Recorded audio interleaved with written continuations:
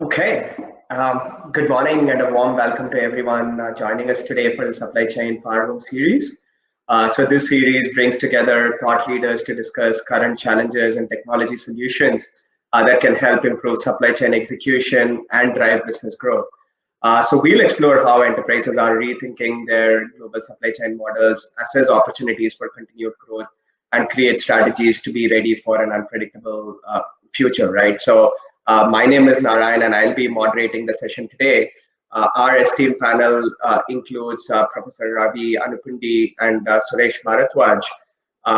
Professor Ravi Anupundi is the Faculty Director, Center for Value Chain Innovation and University of Michigan Ross School of Business.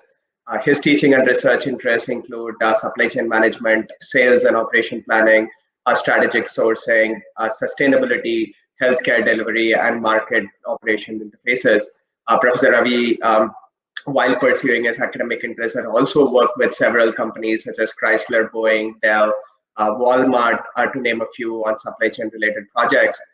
Thank you for joining us today, Professor. Suresh Bharadwaj, who is going to be our second panelist today, is a serial entrepreneur and co-founder of Manhattan Associates, a global leader in supply chain solutions. He's led several technology startups to significant value by creating globally recognized products and supply chain platforms in the area of warehouse management, logistics, and sales execution. In his current role as head of Trade Edge at Edgework, he oversees the development and adoption of the technology platform across leading G2K customers. Thank you for joining us today, Suresh. The agenda for the session today is going to be in three parts, right? So we will have a keynote session by Suresh Bharadwaj, followed by a panel discussion, which I'll moderate, and Professor Ravi Anupundi and Suresh will be the speakers. Then we will have Q&A towards the end. So I'll request our delegates today to feel free to post your questions on the chat window whenever you do have that, and we will look to address that towards the end of the session. So with no further ado, I will pass it on to Suresh to kick things off with the keynote session. Thanks, Narayanan. Good morning, everyone. Let me start sharing my screen. So again, thank you for joining this call, making the time in our midst of your busy schedules. What I want to do over the next few minutes, just to set the context, is really share with you some very well-known facts in terms of the state of the supply chain for most of the companies, and I would say this is definitely more true for the grocery industry as well. And as we know, companies have tried to improve forecast accuracies by doing a variety of things. For the most part, if you're in the 50 or 60% or maybe below 70%, you're not an exception. A lot of our customers are actually at that forecast accuracy range. Companies have tried to move away from shipment-based forecasting, which was what the norm was, let's say, until a few years ago, by moving more and more towards using demand signals to do their forecasting. However, access to data, whether it's point of sale information or secondary sales information, if you're operating indirect channels through distributors and wholesalers, is very hard to come by, and that's one of the barriers that companies today even face. It becomes even more important for the simple reason that big brands spend anywhere from maybe a fifth or maybe to even a third of their revenues on trade promotions. The question always has been, are we getting value for the money that we are spending? How do I know that the promotions that I'm pushing are actually reaching the customer or the consumer eventually? And so for that, you really need to get a better visibility into your value chains. And again, it goes back to how well your channel partners are willing to collaborate with you. And that's a big challenge that has continued to dog the industry. As a result, you continue to see out of stock rates, which are anywhere in the 8 to 10% range under normal circumstances, and sometimes even spikes up to twice as much when you're running a promotion. So these are things that have been very well documented in public domain. So there's nothing new that I'm telling you here. When you look at a slightly different market context, let's say you go to the emerging markets where traditional trade or retail is actually done through millions of small mom and pop stores. For big brands, the kind of coverage that they get through distributors and wholesalers visiting these stores and taking orders and delivering products to them is actually in the range of about 30 to 35%. So the question is, how do I increase my reach? How do I get more stores to carry my products in their shelves? So that's been a challenge. Part of the reason is, of course, the logistics of it. But then, of course, in today's world, where technology has become even more prevalent and accessible, there are probably other ways to expand coverage and reduce that gap. When it comes to supply chain execution, we also see, especially if you're in the food and beverages segment, aspects of product recalls, are always going to hang, over our heads, primarily, causing a lot of disruption. It's of course a loss of, brand equity. It's going to hurt your brands, but then there's also inventory loss that you have to take. And there may be compliance issues that you have to deal with whenever there is a product recall. And how do we actually enable visibility, I would say, in near real time, so that you can minimize those losses. So these are things that that are top of mind for any supply chain leader. And of course, lastly, when you talk about those segments, which have longer lead times, long supply chains, like in the apparel and footwear industry, which extends, say, all the way back to Asia. What happened in the last 12 to 15 months was really an eye-opener, and in terms of how tightly we are integrated as a global supply chain, and something that could happen somewhere far away from my markets could actually have a significant impact on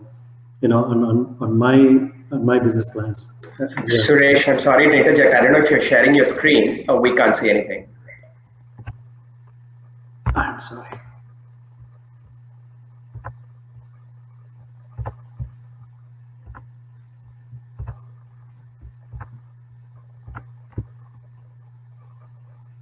Sorry about that.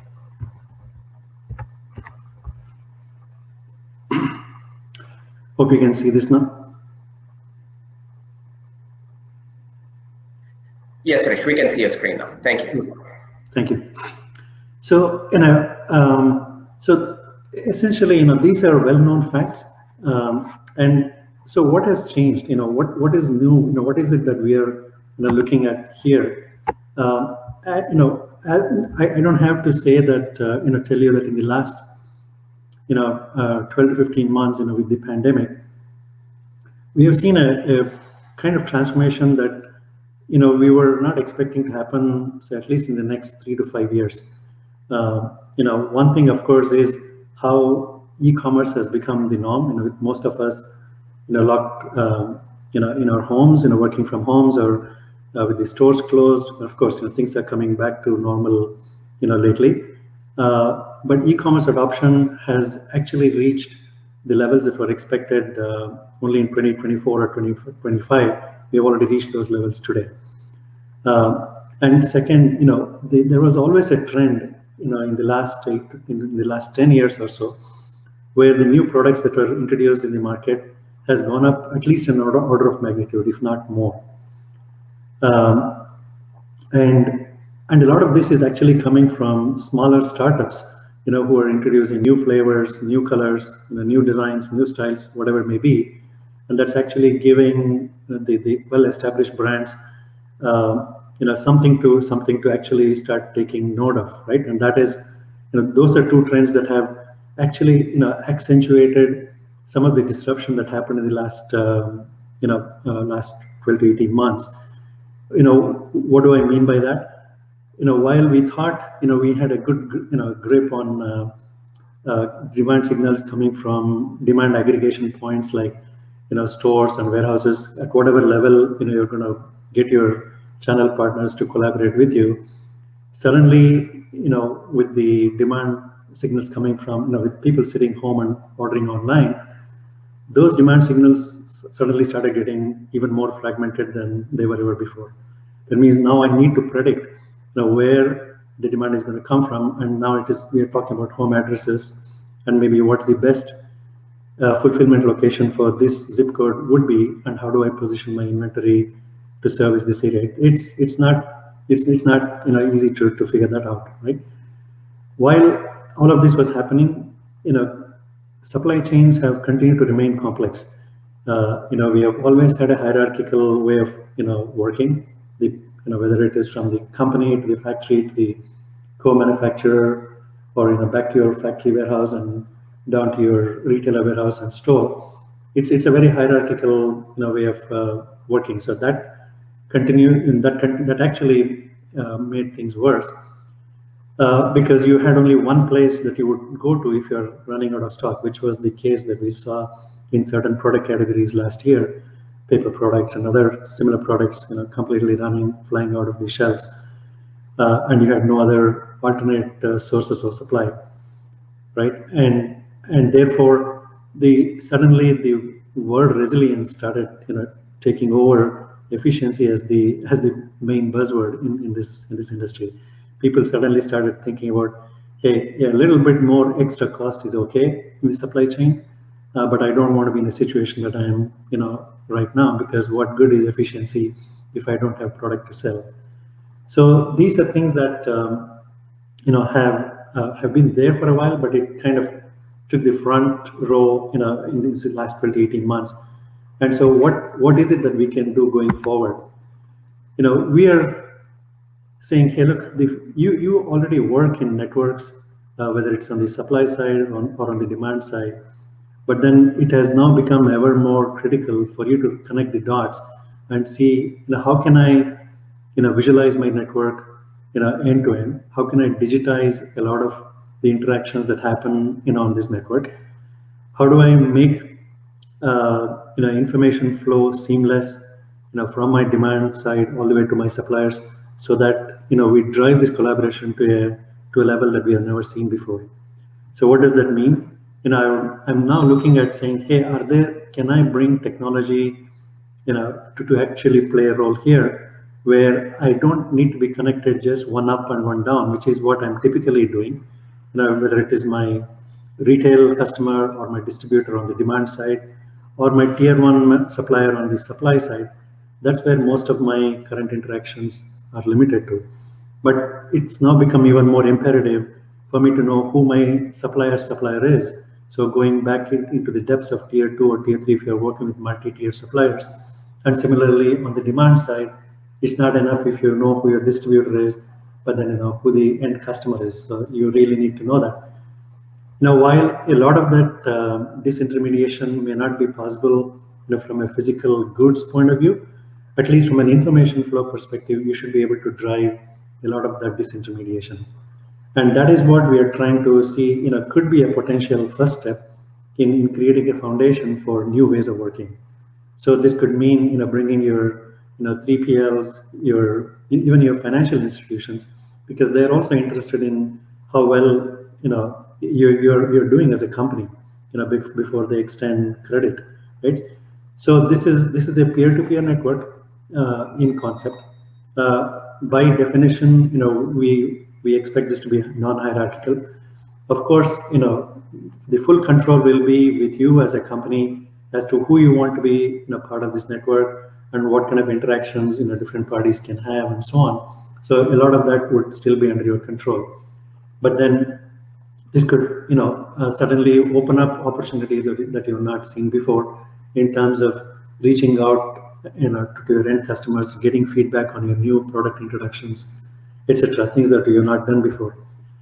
A few use cases, that we have thought about and that could potentially be enabled through this is definitely one in a situation where you're reliant on a single supplier, for a long time. You could now be looking at alternate sources of supply. So if you, as much as you try to, increase your forecast accuracy, let's say, with with near real-time demand signals, good quality data, inventory at your customer warehouses and stores, visibility to that.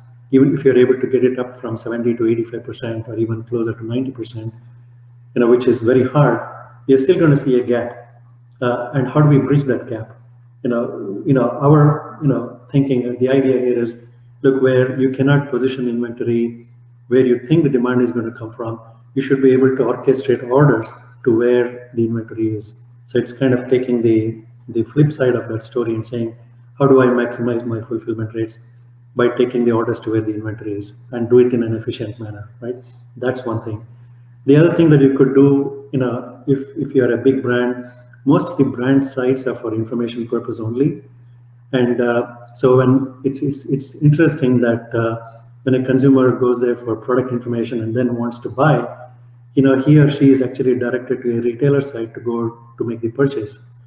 And so the point is, once the consumer goes to the retailer site, you completely lose sight of what that person does there. For all you know, he or she may actually end up buying a competing product.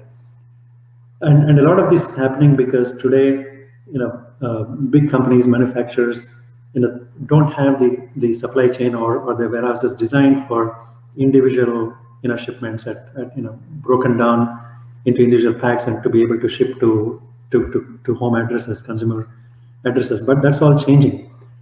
A potential opportunity here is, you could actually capture the order from the consumer and not necessarily have to fulfill it. You could transfer the order to a retailer of the consumer's choice, but still, retain the ability to capture the consumer's order so that you know who the consumer is and what they're buying and so on, without having to actually take the burden of fulfilling those orders, right? The third opportunity that we have seen here, and again, this goes back to the emerging markets a little bit, is driving order syndication. We have seen brands use their distributors to go to send their sales reps out to stores to collect orders, but then it is one brand at a time, and that means there are potentially 5 or 6 or maybe even more visits that are done by a sales rep to the same store for collecting orders for different brands. There's an opportunity for syndicating those order taking process itself. So there are many such opportunities. I'm going to actually turn this back to Narayanan for our broader panel discussion, and especially again on the supply side we have similar opportunities. I've already alluded to that. Narayanan, I'm going to hand this back to you at this point. Thank you, Suresh. I think that was great in terms of a quick introduction to what we're talking about. Charis, if I may request you to add Professor Ravi also to the panel so that we can get things started. Thank you, Professor Ravi. We can see you on the screen. So the format for this discussion is going to be, I will moderate, like I said, and I'll initiate the discussion in the form of a Q&A. Some of those questions will be targeted both to Suresh and Professor Ravi. To get things started, Professor Ravi, if you may, one of the burning questions for more supply chain leaders on this call is probably this, right, which is around recent disruptions and how is supply chain as a function evolving, and more importantly, what should be the key focus area, right, for them to adopt to more unpredictable business scenarios. Do you have some practical examples that you can share with us, Professor Ravi? Yeah, thank you. Can you hear me? Yes, wonderful. Good morning, everybody, all the participants. And I would really first take the opportunity to thank, Edgeworth as an organization, Narayanan, for your kind introduction, and Suresh for inviting me to participate in this event, and really enjoyed your presentation. I could use some of that in my class, of course. Yeah, so for your question about the recent disruption, I think a few points I want to make, Narayanan, basically is, I think it's been said, everyone, I literally mean everyone, the entire globe has been in the same storm. So people can relate to each other in terms of what's happening across the world, both as individuals as well as organizations. But everybody was in a different boat, though. And that's true of countries, that was true of companies as well. And what I mean by being in a different boat is that firms that had resiliency in mind in their DNA, even pre-pandemic, even if you look at their financial performance, they did better because they knew how to respond to this. They were prepared. Now, of course, this pandemic was a little bit different than your classic supply chain disruption that you begin to see, like an earthquake or a tsunami and things like that. This was kind of a double whammy for many organizations because you had a simultaneous demand and supply shock. Typically, we think of, folks who work in supply chain risk management think in terms of supply shocks. A factory going down, a fire, a flood, or things like that. Very rarely people think in terms of demand shocks, and demand shocks could be either way. It could be positive and negative. Suresh, you were giving a lot of examples of, CPG and retail. Well, retail did face a downward demand shock, precipitous demand shock, actually, as countries went into lockdown. But if you look at technology industry, they faced a huge upward demand shock. And in fact, Suresh, to your point in your presentation, that even demand coming from channels they never anticipated, because as people started working from home, right? I mean, how do you even keep track of any of that stuff? Because we didn't have many companies, whether it's Microsoft, we did a project with Microsoft, and have no idea where this demand is coming from, and how do you even get to estimate? You talked about forecast accuracy, etc. So I think it was a double whammy in some sense, this event. So that's something to keep in mind going forward. That is, how do you build resiliency on the demand side of things to respond both to negative and positive shocks, leverage opportunities when it arises. And what this pandemic has, or disruption has brought to fore a conversation in some ways. I mean, all the folks on this call are supply chain folks. So in some ways, this profession went from a function in an organization, sometimes underappreciated, straight to the living room, boardroom, and the White House, and has become a topic of national security discussions. So it raised the profile humongously. But in that profile discussion, really the topic that comes out is, we focus too much on efficiency. I mean, there's a lot of bad rap on just-in-time supply chains, etc. So too much of efficiency, we need resiliency. And in the talk of resiliency, in fact, not even resiliency, if you look at the United States, and there was a question by one of your attendees, Megan, I'm seeing this in the chat box, is manufacturing going to move back to the United States? Because, coupled with this conversation has been, we've been too dependent on foreign nations for our supply chains, we should move things back. I think that's a wrong conversation, in the sense that the conversation should be about resiliency and not about localization necessarily. Localization could be one element of resiliency. But the trade-off in redesigning supply chains that every organization needs to think through is, how do you balance?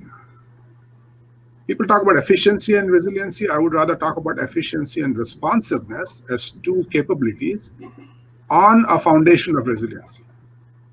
So that's the way to kind of think through going forward. And obviously, we will get into more conversation here.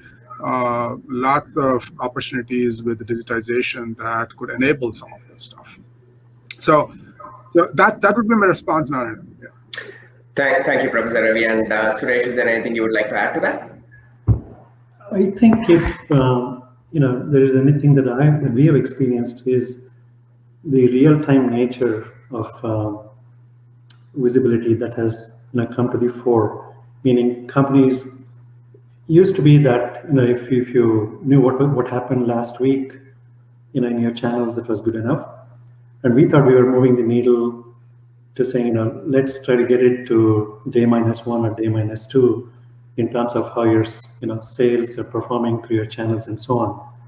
But now it's actually becoming more and more real time, and I would say truly real time. So that actually has created a different set of expectations from the technologies that were already play, and the API economy, as we call it, has now come to the fore. With consumers going online, I think the consumer experience has taken the front seat again, and And we have seen, at least in some cases, where there was a glut of inventory because these were products that were ordered, say, 12 months ago or 15 months ago, and they started getting delivered into the US ports, and they had no place to go. So the question of, how do I liquidate all that inventory? But my stores are closed, my warehouses are closed, but people are shopping online. And whether it was you as a company selling directly to your consumers through your own online sites or through a partner site, that real-time collaboration actually has become more and more talked about. So this whole concept of order anywhere and fulfill from anywhere and do so profitably is a trend that we have seen pick up, whether it is fulfilling from a partner warehouse or have you go to a partner store to pick up. We've already seen some of that. People ordering on Amazon can go and return their goods in a certain store, etc. So that has now actually taken a jump into the next level altogether. That kind of collaboration. That's what we have seen happen in these last 12 to 18 months. Thank you, Suresh. And Professor, we're just continuing from what you were just talking about, which was the simultaneous demand and supply shock. Can you talk a little bit about how enterprises can start looking at leveraging technology to unify demand and supply chain forecasts to address the end goal, which you spoke about, of becoming more sustainable and more resilient? Do you have any suggestions and recommendations, Professor Ravi? Yeah, thanks. I think building up on what Suresh was saying, that we do live in a real-time world, not only from the capability of observing in real time what's happening, but also a consumer's expectation of a real-time response or near real-time response. So that's kind of the other piece of it. So when we think of technology, we need to kind of keep that in mind. I mean, building tools to sense demand is obviously necessary, but that's not sufficient. You need to develop enough responsiveness in your supply chain, which will be a combination of technology as well as your physical systems of the supply chain responsiveness. Suresh, you talked about collaboration. Without that, the speed of response is not going to be there. So that is simultaneously investing in not just technology for demand sensing, because let me give you a metaphor, right? I mean, if you happen to go to a derby, let's say, you have to place bets before the race starts. You can have the most sophisticated piece of binoculars, and you will know in real time what's happening to the race, but you can't do anything about it. So to me, the binoculars piece is investing in technology to demand sense. But if your supply chain can't flex to respond to that, it's a completely useless investment in demand sensing. So I think there has to be that simultaneous investments. As you progress on investing in demand sensing, you need to kind of think in terms of what investment are you making to make your supply flexible. The ultimate goal, of course, is, I would give another analogy. Many of us have seen I tell this in the class. So the Disney movie Aladdin. I mean, the coolest character in Aladdin is the genie. I mean, genie can instantaneously satisfy your demand, whatever it is. Right? He doesn't need demand sensing capability. He can just respond quickly. Can we aspire to be genies in our supply chains? I think that's the capability that's required. Now that comes with two different, I want to kind of bring this back to what does it mean inside the organization? Clearly, there are lots of tools. I mean, you can think in terms of technology stack, collecting data, but the data, once it spits out, you have so much data that you need to use software tools like AI, machine learning to make sense of all that data. Temptation seems to be that we build a cool black box. Some of this huge black box that can spit out and just trust everything, trust that number that comes out or output that comes out. I think we have to remember that both internally within the organization and externally across firm boundaries. It is the people that matter. It is the people who collaborate, not technologies. So how do you build a black box to empower people to come together to make better decisions rather than replace people on a decision? Otherwise, you won't get a buy-in. So I think that's something to keep in mind as we develop, leverage technology to build these tools, and it should be to enable people to come together to make better, more informed, and smarter decisions. And this is within the organization, as you see in integrated planning processes, where commercial, supply teams, demand teams, sales teams have to come together under what are classically known as the sales and operations planning process. A new term for that is integrated business planning. Again, it has to be empowering people with the right level of technology, and the same issue has to be across the firm boundaries. So I think, I would like to emphasize that piece, that we need to kind of, any collaborative process, the word collaboration means it's collaboration across peoples rather than collaborating across technologies. Thank you, Professor Ravi. That's very insightful. And Suresh, continuing on what you were talking about during your keynote address, which was about bringing the multi-enterprise value network alive for companies, can you talk about that a little bit more in terms of how it helps transform supply chain and help meet the goal of delivering more value as a function? Would you be able to talk about just that just a little bit more, Suresh? Yeah, I actually, took a few examples even in my opening remarks. And the one thing that companies have, I can relate this to a conversation I had with one of my customers, where he said that a retail store could be out of stock on a certain product, and today in today's world, the retail store is tied to a distributor, let's say, on whom he's going to place an order. And if the distributor is out of stock, then the distributor places an order on the company, on the manufacturer. If the manufacturer is out of stock, then they all have to sit and wait until the product is produced and then pushed through the value chain. While at the same time, there could be another retail store, that is actually having excessive, stock of the same product. The problem is retailer 1 doesn't know that retailer 2 actually has the same product, and he's actually trying to liquidate it, for example, or maybe putting it on sale for whatever reason to make room for fresh inventory or whatever. And so this is a constant struggle, that across the network there are going to be pockets of excessive inventory and pockets of out of stocks. And the fact that they're all tied back to the to the hub, which is the manufacturer in some ways, is also driven by, to some extent, is driven by the territorial nature of this this entire supply chain. However, insofar as information is concerned, it doesn't have to be territorial.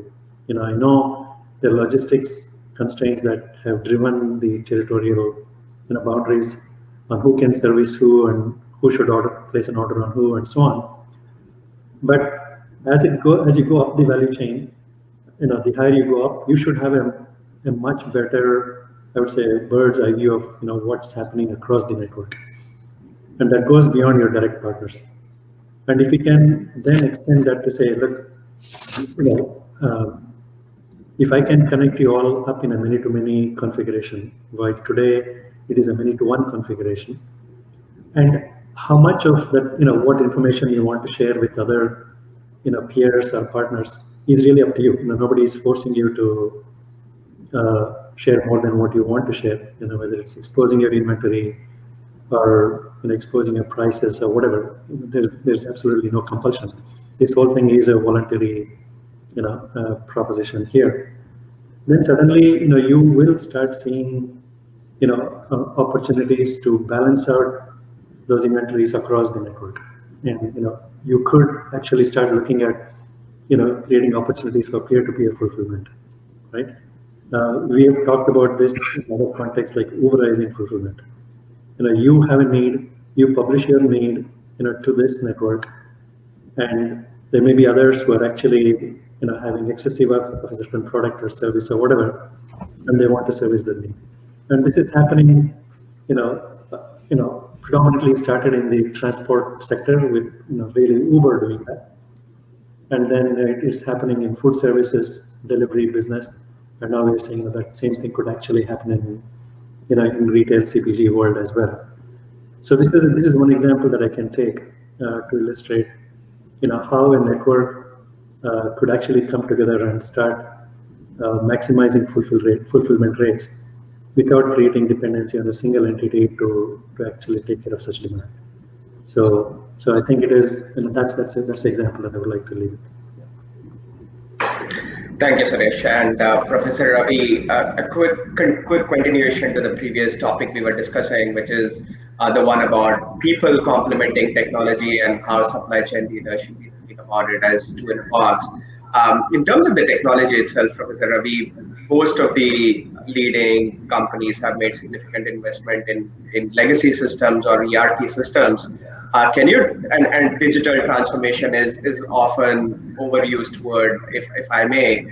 Can you talk about how enterprises can leverage the investment that they've already made as they strive towards a digital transformation of their supply chain in general, Professor Ravi? Yeah, hi, thanks, Narayan. I think, yes, indeed, companies have invested quite a bit in enterprise systems, which is obviously essential because that's your backbone.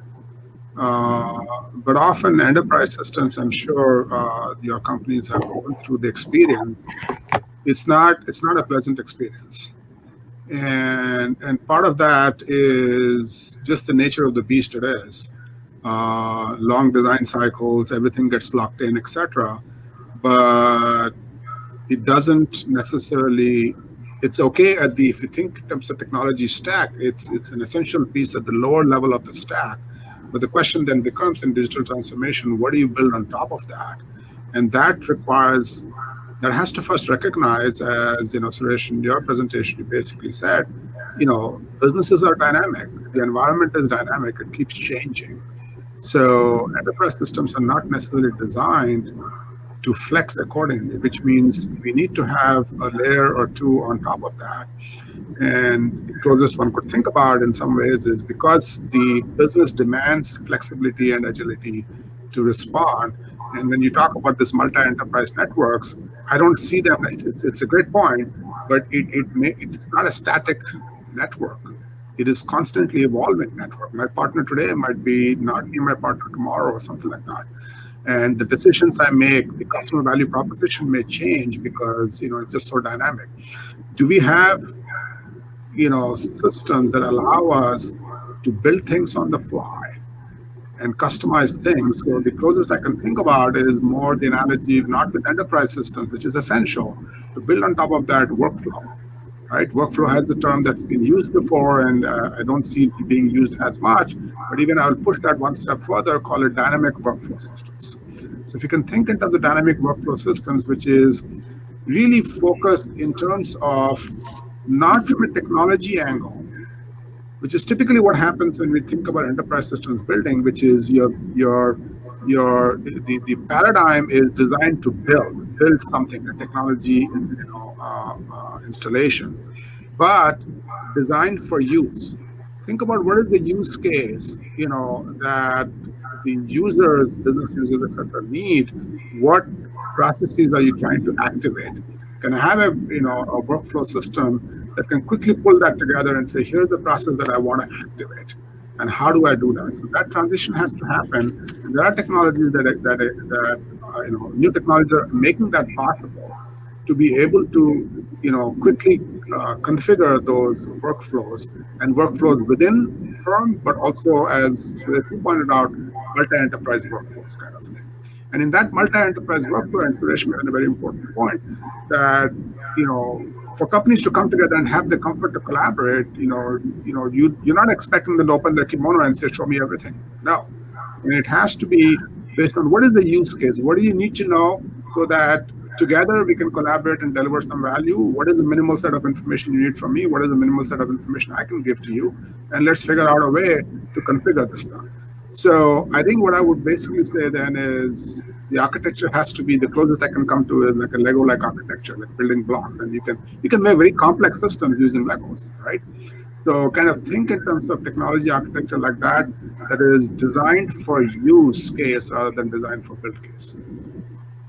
Back to you, Narayan. Thank you, Ravi. That was a brilliant point. And Suresh and Professor Ravi alluded to this, which is the dynamic nature of the enterprise network. What that also brings from the technology perspective, Suresh, is that these partners end up being of varying technology maturity. So given that there is a stress on getting more real-time visibility, can you talk about how enterprises go about solving this challenge in the context of a multi-enterprise network, Suresh? Yeah, so that's the reality of the world outside. And maybe it's not as apparent when you're working in developed markets, but large companies, big brands are actually multinational in their business. So they work across geographies where technology penetration may not be as much as it's here, say in the US or in Western Europe. So you are still looking at maybe at the one end of the spectrum, big box retailers, at the other end of the spectrum, small distributors, which may be a family-run business, still running a desktop software at best. And how do you drive collaboration with them? Our point of view and some of the work we have done in the last 10 to 12 years has shown that you cannot mandate your way out of it. You cannot say, look, I want you to collaborate with me, and this is the way to do it. People don't know what EDI is, for example, right? And therefore, you need to build a platform, a technology that is going to be flexible enough to accommodate this wide spectrum of partnerships that you're likely to have. Your goal should be, more about how do I, get access to more of what is sitting in silos in my partner systems. How do I get access to it and do so in a way that they see value in collaborating with you? Right? There are two parts to it. One part is, of course, create incentives from your business to say why this collaboration is important, for them as well. It's not like I'm the big guy and you're my distributor, so you just give me whatever I ask you. But you need to create a reason for them to be part of that journey. So that value proposition, the incentives, however you do it, whether it's in cash or kind, is very important. And that is something that can only be done by the business, not by IT. Where IT can help is really in making it easy for to drive such collaboration. And so that's where flexible systems and Professor Ravi talked about something that has to be outside of your system of record, something that's going to be more flexible. So we call it OTT, and it's over the top. So that's where you're going to bring that agility, the ability to change things on the fly, while your underlying ERPs are going to remain constant. They're going to be there. They're not going to go away. But the manifestation of that flexibility is going to come from the OTT layer. That's one part. And interestingly, we have taken the same approach. How can you be more agile? How can you create those dynamic workflows that Professor Ravi talked about? We have actually changed our own strategy to our offerings by saying, hey, we should move away from looking at selling a product or a product license, right? It is about telling a story about a use case, and how do I tell, why should you care? It doesn't matter what components of technology are going to come together to deliver that business value, but that manifests itself in the form of a use case. But really, that is what is important, and that's how we are looking at our own strategy going forward as well. But like I said, it's very important to do this in two folds. One, create a business value, communicate that to your partners, so that there's more willingness. Second, create technology that's going to be flexible enough to adapt to changing maturity levels within the network, and that is something that's sustainable over a period of time. Thank you, Suresh. And Professor Ravi, you spoke about very interestingly having sophisticated binoculars is not really going to help you place the right bets in a derby. And you spoke about how that's metaphorically connected to demand sensing and demand planning. Piggybacking on that, can you talk about how demand planning problems vary across different industries, across, say, consumer goods, fashion, and pharma? And can you share some thoughts on that, Professor Ravi? Yeah, sure. But just I'll answer the question in a moment. We just wanted to kind of pick up on something Suresh was saying about the question that you asked him about, different technology maturities. I think it's useful exercise for firms in your as you're designing IT systems to kind of constrain yourself, force yourself a constraint, and think in terms of where the other person is. They only have a desktop, so they don't understand EDI. What would you do, right? So I know companies here that have said they run innovation challenges with students here, and they said everybody develops an app for a problem. And then the next iteration, they say, okay, you can't do an app, you can only do SMS. Now tell me how you collaborate. And that really floors the students. How would I do that? And I know a friend of mine, he in India especially, for more infrastructure applications, he's built a whole real-time enterprise just using SMS. Imagine that. It can be done. Not for everything, but suitable to task, again, designed for use, right? So anyway, so I think, forcing yourself to put constraints, because I think one of the challenges, the blessings we have today, the power of technology, but it's also tempting to overbuild.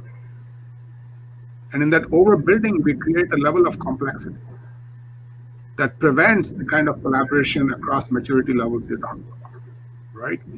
So anyway, I just wanted to I thought that was an important point. I just wanted to add to that. Coming back to, I think, the question you had, and about how this might vary by industry sector, let's say, whether it's CPG, fashion, pharma, or other sectors. I think it really comes back to, obviously it has to differ, and differs because customers are different, customer segments are different. What they need or demand from the firm is different, whether it is, pricing, timeliness, quick response, etc. So strategic priorities will be different. But the other piece you have to think about is, and those are different because different industry sectors are on different clock speeds. Some move very slowly, some move very, very fast. I mean, fast fashion obviously moves fast, technology moves very fast, but the other industries that don't move as fast. But the issue is that everybody is like on a treadmill. Everybody's moving faster and faster and faster and kind of go along. So I think that's something to keep in mind as you design your demand planning exercise. And keeping, and because demand supply planning requires collaboration effort across multiple enterprises you're talking about, you have to pay attention to industry structure.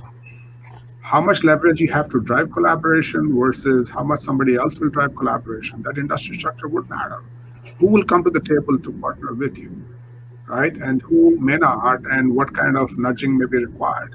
And this again ties back to technology maturity, etc. Right?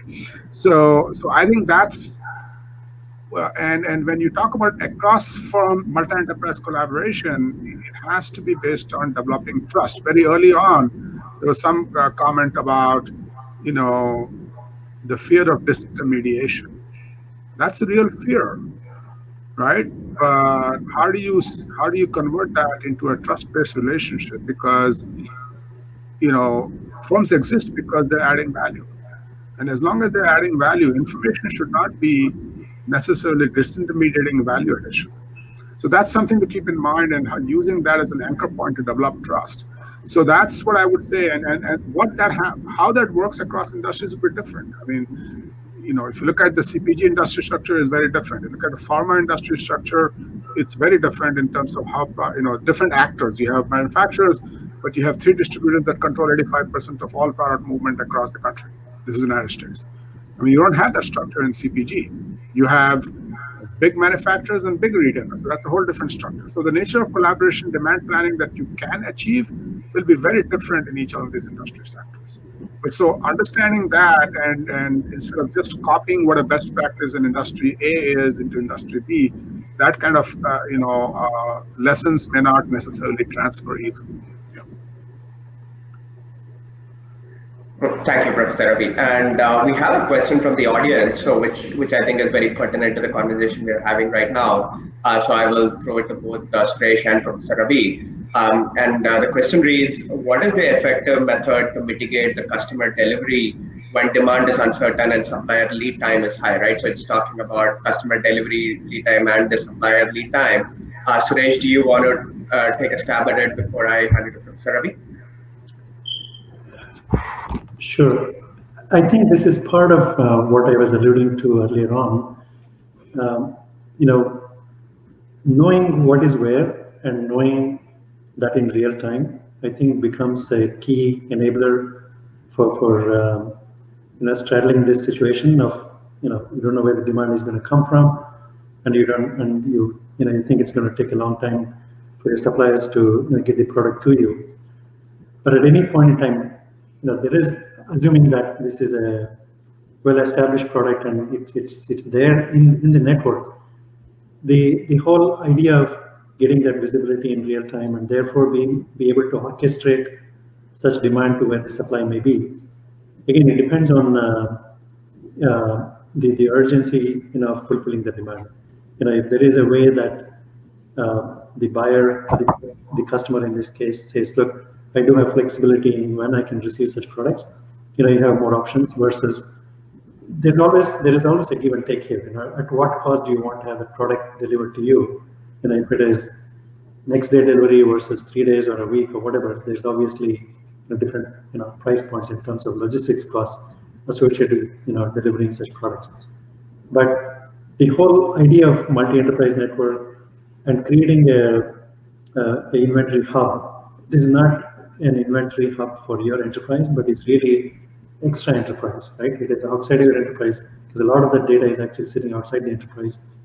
How do I bring it all together and then really continue to develop capabilities to orchestrate demand? These demand could be coming from anywhere in your network, and therefore trying to identify in real time the optimal location to source and therefore fulfill the demand, becomes, it's actually one of the objectives of building that multi-enterprise network. That's precisely what we were, trying to communicate here on this call today. Thank you, Suresh. And Professor Ravi, is there anything you would like to add to that? Yeah, I mean, it's in some ways, there's really, if demand is uncertain, you can't predict, and supply lead time is high, there is no other solution than having sufficient inventory. And the question really is, do you want to host all that inventory yourself, or as Suresh is talking about, that in your multi-enterprise collaborative network, other people may have inventory that you can rely on.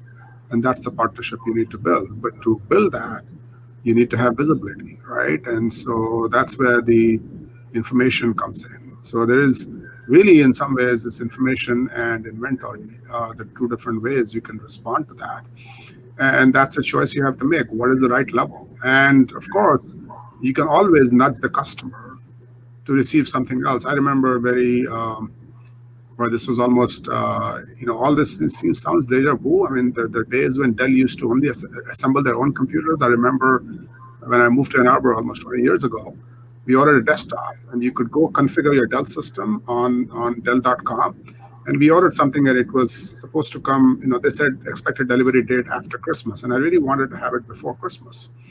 And then Dell would highlight, okay, here's the configuration. Do you want it sooner? And you click, and Dell, you want it sooner. And it'll tell you, in the configuration that you have chosen, this particular component is the one that is delaying it.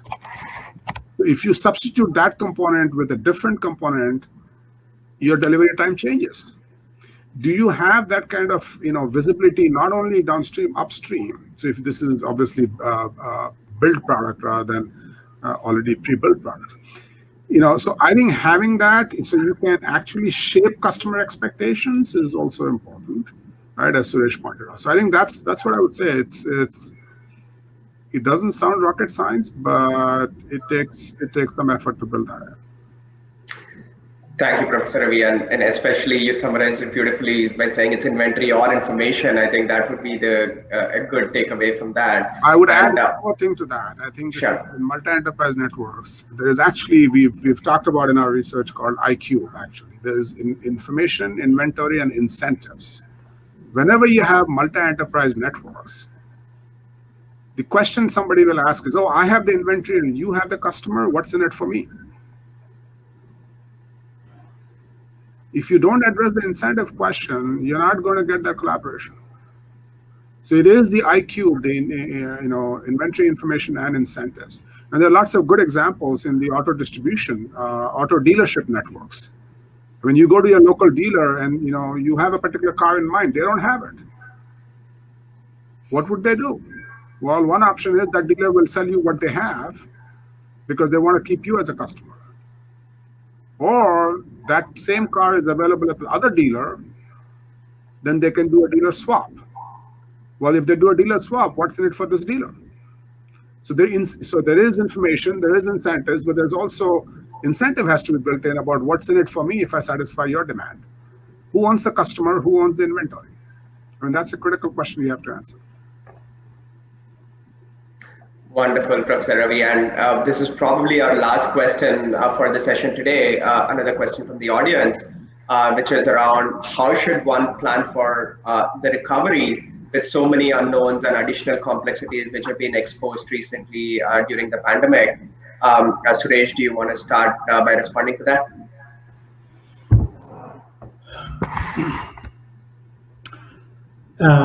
See, again, I kind of go back to my original theme. I mean, you have unknowns.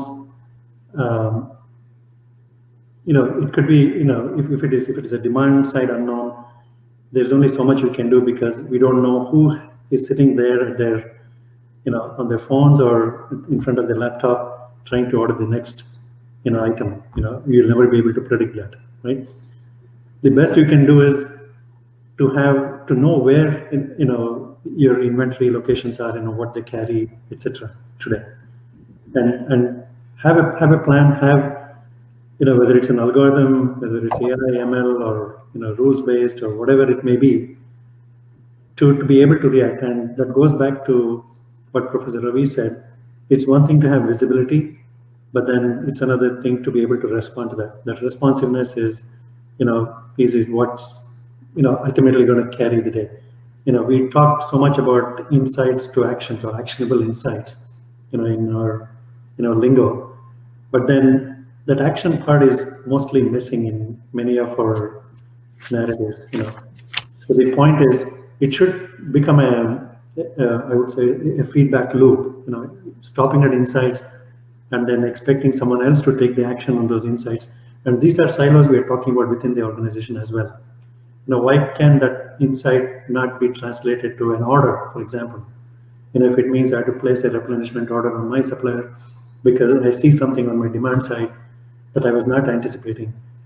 So how do I do that? So I would look at that recovery more as a self-healing, mechanism, where if I'm all of this look, very theoretical, but we have to take small steps towards making that happen.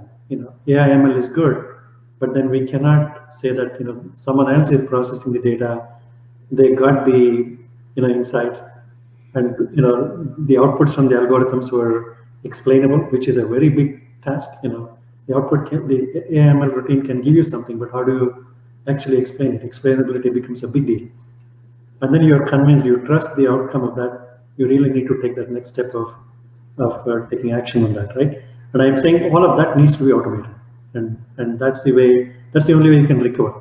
Otherwise, there are going to be gaps or delays in your ability to react to such situations. The recovery takes longer. Thank you, Suresh. And Professor Ravi, we have about a minute. So would you also want to respond to the question and also share any other closing thoughts that you might have? No, I think it's, Suresh said it well. I think the challenge here is the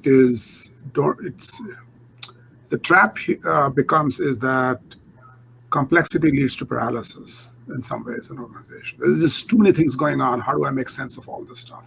And so, Suresh, as you said, take bite-sized chunks. Okay, what is it that you can actually manage? What is it that among all the stuff that you have, what is it that you can control? What is that is uncontrollable at this point in time, right? And take some gradual steps. And this is, I remember when we used to do some programs on, just-in-time implementations, people would say, oh, but my factory is so complex, we can't do this stuff. And, well, that's saying complexity becomes an excuse for not doing action, right? So I think I would say basically, yes, it is complex. There are too many unknowns, but figure out what is it that you can control. And going back to this idea that, yes, definitely lots of tools and technologies are there, but focusing on your enterprise capabilities to respond is somewhere I would focus attention on. Just say that, I'm sure the audience is familiar with the classic beer game. And linear supply chain being simulated, I'm sure many folks are aware of that. And in my class, I run 2 different simulations on the beer game.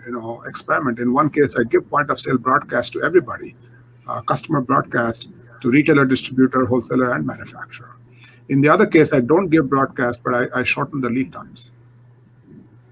In all the years I have played the game, the teams that have lower lead times with no information broadcast always do better than the teams that have longer lead times but have information broadcast. So what's going on here? I mean, you have to think about this stuff. And working on improving your responsiveness is critical. I mean, think about going back to pre-e-commerce that collapsed in 2000. 1999 was a watershed event in my mind for Amazon. Anybody could build an e-commerce website by then, but could you deliver? And Amazon in Christmas of 1999 delivered 95% of the orders on Christmas Day. That's when you saw Toys R Us close shop, e-commerce went to Amazon. I think it was Borders closed its shop, went to Amazon, because Amazon realized that it's the logistics fulfillment capability that's going to be critical, because everybody could develop a website. So I think that's what I would say, try to focus on where you can control and you can actually address these things, and then slowly figure out what to do with the things that remain unknown in terms of how can you get a better sense of it.